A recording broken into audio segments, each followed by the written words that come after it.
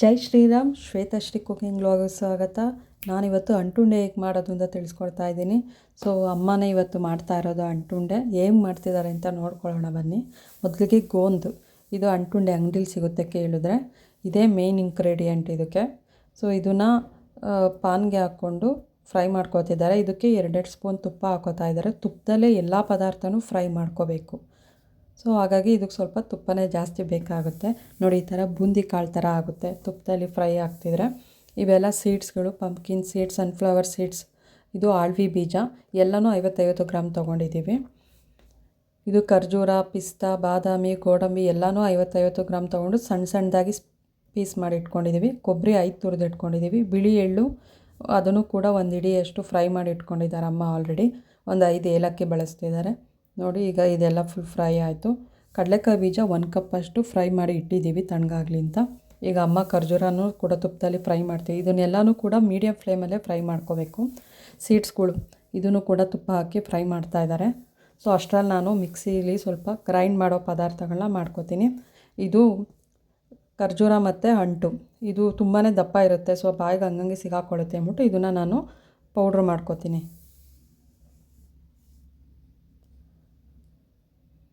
ಅಮ್ಮ ಈಗ ಗೋಡಂಬಿ, ಬಾದಾಮಿ, ಪಿಸ್ತಾ ಎಲ್ಲನೂ ಒಟ್ಟಿಗೆ ಹಾಕ್ಕೊಂಡು ತುಪ್ಪ ಹಾಕ್ಕೊಂಡು ಫ್ರೈ ಮಾಡ್ಕೊತಿದ್ದಾರೆ.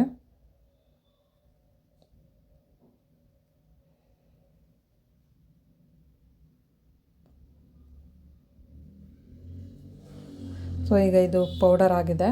ನಾನು ಇದಕ್ಕೆ ಬಿಳಿ ಎಳ್ಳನ್ನ ಹಾಕ್ಕೊಂಡು ಸುಮ್ಮನೆ 1 ಸೆಕೆಂಡ್ ಹಿಂಗೆ ರನ್ ಮಾಡ್ಕೊತೀನಿ. ಈಗ ಇದಕ್ಕೆ ನಾವು ಹುರಿದಿಟ್ಕೊಂಡಿರೋವಂಥ ಕಡಲೆಕಾಯಿ ಬೀಜನೂ ಕೂಡ ಹಾಕ್ಕೊಂಡು ಸ್ವಲ್ಪ ತರತರಿಯಾಗಿ ಪೌಡ್ರ್ ಮಾಡ್ಕೊತೀನಿ. ಈಗ ಅಮ್ಮ ಕೊಬ್ಬರಿ ಎಲ್ಲನೂ ಏನೇನು ಇಂಗ್ರೀಡಿಯೆಂಟ್ಸ್ ಇತ್ತು ಎಲ್ಲನೂ ಮಿಕ್ಸ್ ಮಾಡ್ಕೊತಿದ್ದಾರೆ. ಈಗ ಎಲ್ಲನೂ ಮಿಕ್ಸ್ ಮಾಡಿ ಒಂದು ಸೈಡ್ಗೆ ಇಡೋಣ. ಸ್ಟವ್ ಆಫ್ ಮಾಡಿದ್ದೀವಿ. ಅಮ್ಮ ಈಗ ಬೆಲ್ಲದ ಪಾಕ ರೆಡಿ ಮಾಡ್ಕೊತಿದ್ದಾರೆ. ನಾವಿಲ್ಲಿ 1 kg ಬೆಲ್ಲ ಮತ್ತು 1 ಕಪ್ ವಾಟರ್ನ ತೊಗೊಂಡಿದ್ದೀವಿ. ಇದು ಪಾಕ ಬರೋವರೆಗೂ ನಾವು ಕುದಿಸ್ಕೋಬೇಕು.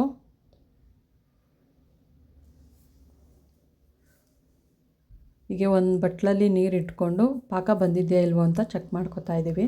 ಇನ್ನೂ ಪಾಕ ಬಂದಿಲ್ಲ.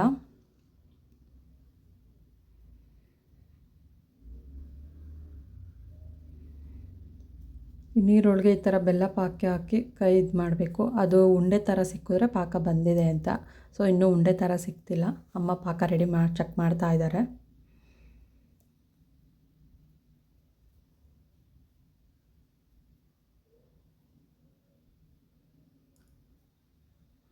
ಈಗ ನಾನು ಚೆಕ್ ಮಾಡ್ತಾಯಿದ್ದೀನಿ.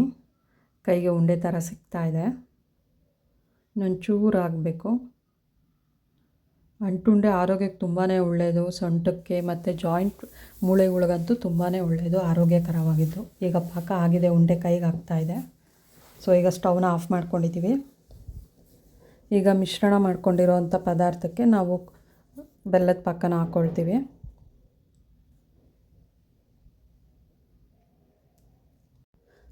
ನಾನು ಬೆಲ್ಲದ ಪಾಕನ ಹಾಕ್ತಾಯಿದ್ದೀನಿ. ಅಮ್ಮ ಮಿಕ್ಸ್ ಮಾಡ್ತಾ ಇದ್ದಾರೆ.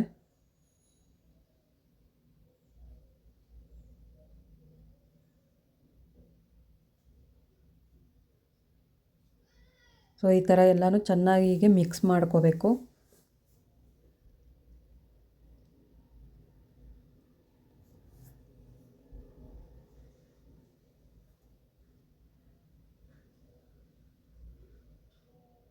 ಪೂರ್ತಿ ಹೀಗೆ ನೀಟಾಗಿ ಮಿಕ್ಸ್ ಮಾಡ್ಕೊಂಡಾಗಲೇ ಉಂಡೆ ಕಟ್ಟೋದಕ್ಕಾಗೋದು.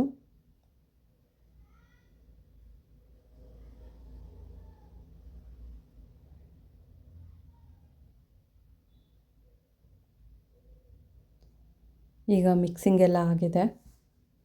ಈಗ ಉಂಡೆ ಕಟ್ತಾಯಿದ್ದೀವಿ. ನಾನು, ಅಮ್ಮ, ಪಕ್ಕದಲ್ಲಿ ನಮ್ಮ ಯಜಮಾನರು ಕೂಡ ಉಂಡೆ ಕಟ್ತಾಯಿದ್ದಾರೆ. ನನ್ನ ಮಗ ವೀಡಿಯೋ ಮಾಡ್ತಾ ಇರೋದಿದು. ಅಮ್ಮ ಮಿಕ್ಸ್ ಮಾಡಿ ಕೊಡ್ತಾ ಇದ್ದಾರೆ. ನಾವು ಉಂಡೆ ಕಟ್ತಾಯಿದ್ವಿ. ಈಗ ಅಮ್ಮನೂ ಕೂಡ ಉಂಡೆ ಕಟ್ತಾ ಇದ್ದಾರೆ.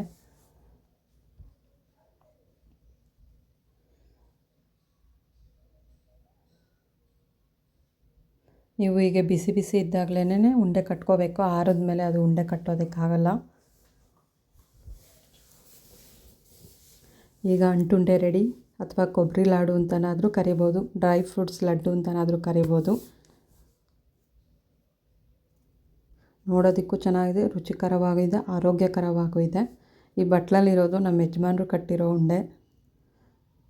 ಅವರು ಕೂಡ ಚೆನ್ನಾಗೇ ಕಟ್ಟಿದ್ದಾರೆ. ತಟ್ಟೆಲಿರೋದು ನಾನು ಅಮ್ಮ ಕಟ್ಟಿರೋದು.